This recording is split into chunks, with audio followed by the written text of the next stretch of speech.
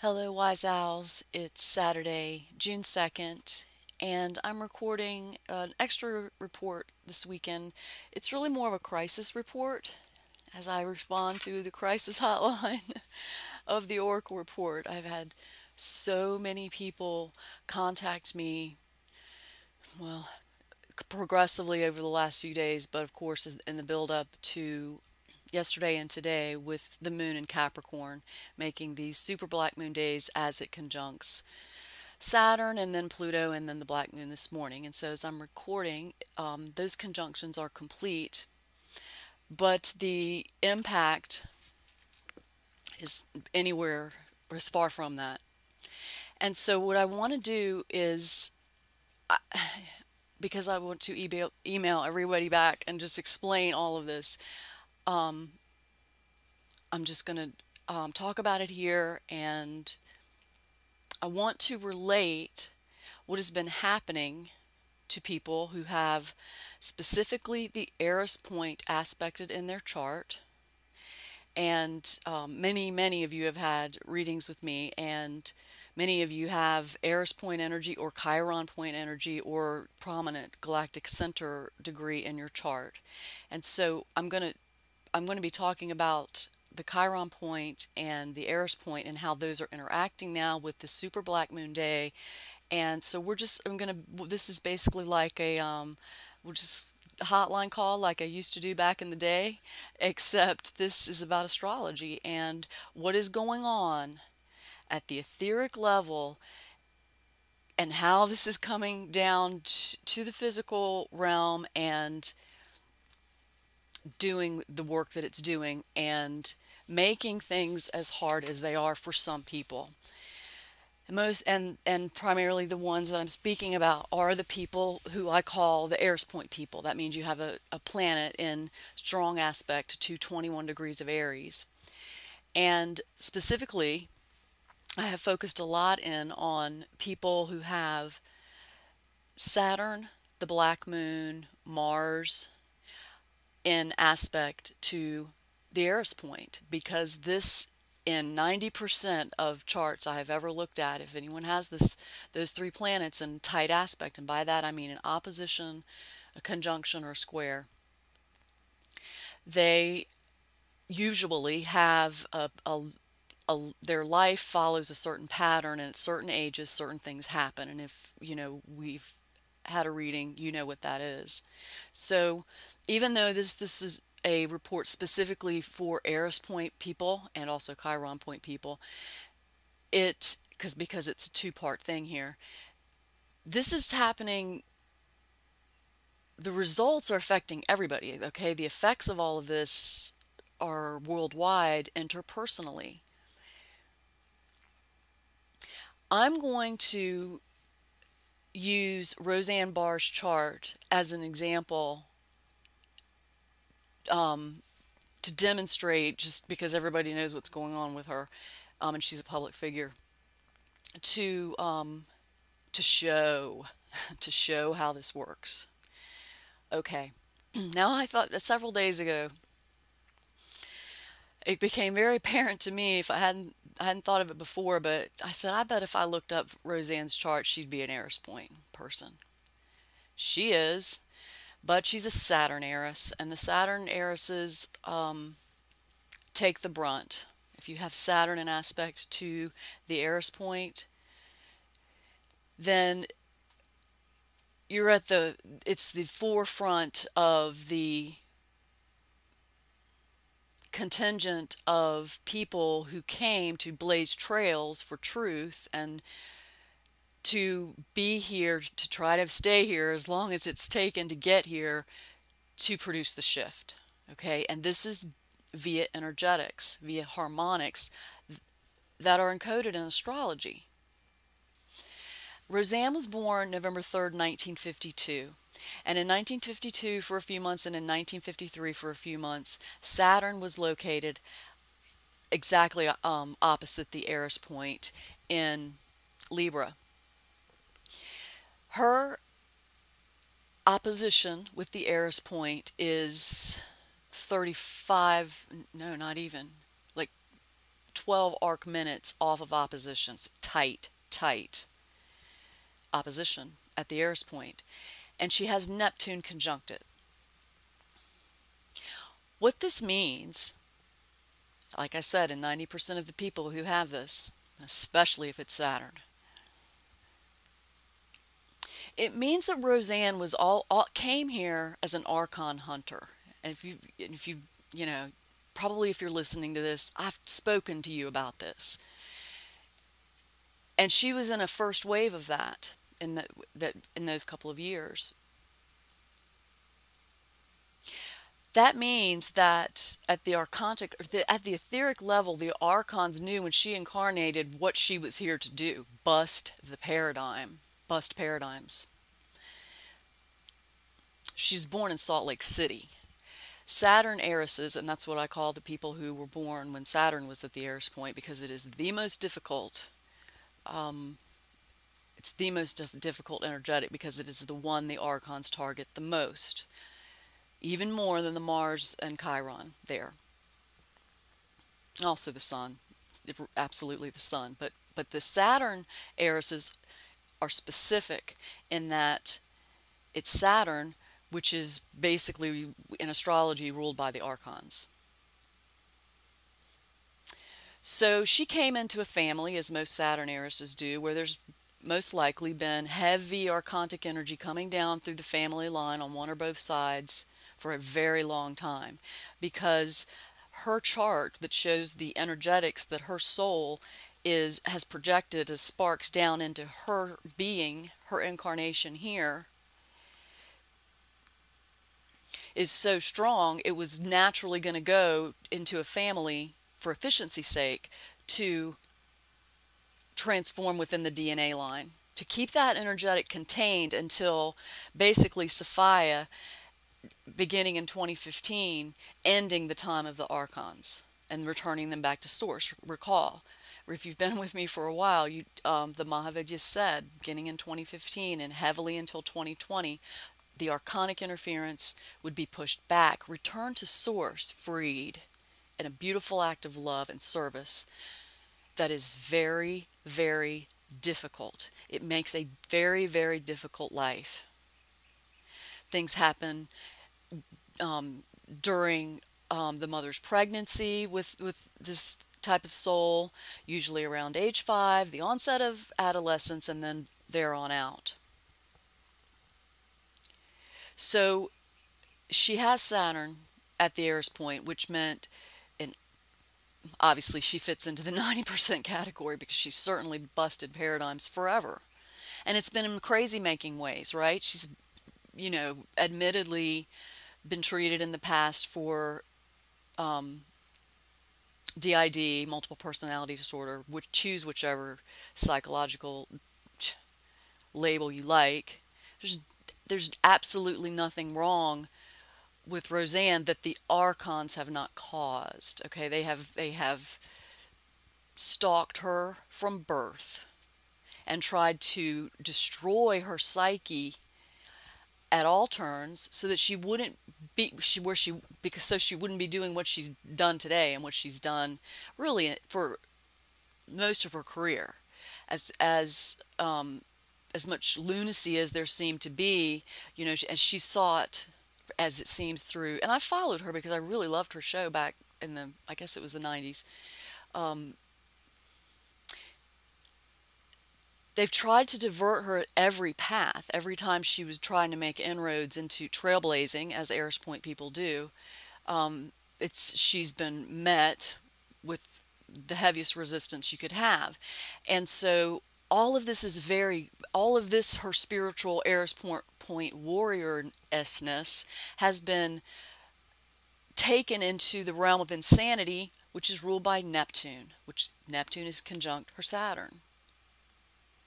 She also has Venus in trine, Mars in square, so really she's double Eris point, and really her black moon is conjunct her Pluto in Leo, and making another trine to the Eris point. Okay, it bounces all over her chart. And look what's happened. Look at what's happened. The Pluto Black Moon conjunction happened conjunct her Mars, which again, squaring the Eris point. And so the fact that she hasn't utterly cracked this week and and utterly self-destructed is a testament to her strength and the strength of her soul. And she's going to return bigger and better because Mars is going to retrograde on her ascendant next month. And so it's going to scrub her clean, refresh. I've been talking a lot about this in the readings that I've been doing lately, because many of those people are going to have the Mars and Venus retrogrades affect them. Those two retrogrades are actually an aspect to each other. And so Mars will begin the scrub first, and then Venus secondarily in the fall. So she'll come back. She's going to make a comeback, and I think that she will be probably more bolder than she has been if she can maintain the enough ground to keep her psyche held together.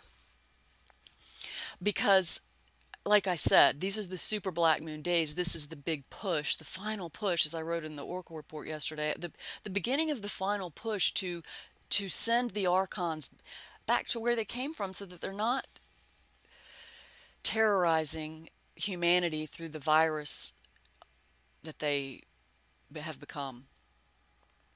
Jupiter also has been retrograding over her sun, and that can just send people way, way far out onto the edge. So let's parallel. Okay, so we see at a macro level what's happening to this Saturn Eris person. Okay, I mean, it's like she's medicated because she's can't sleep, right? She takes Ambien, no doubt. You know, the traumas that she had when she was younger, the area of Salt Lake City, to be born into that vortex. I don't really even need to say too much about that.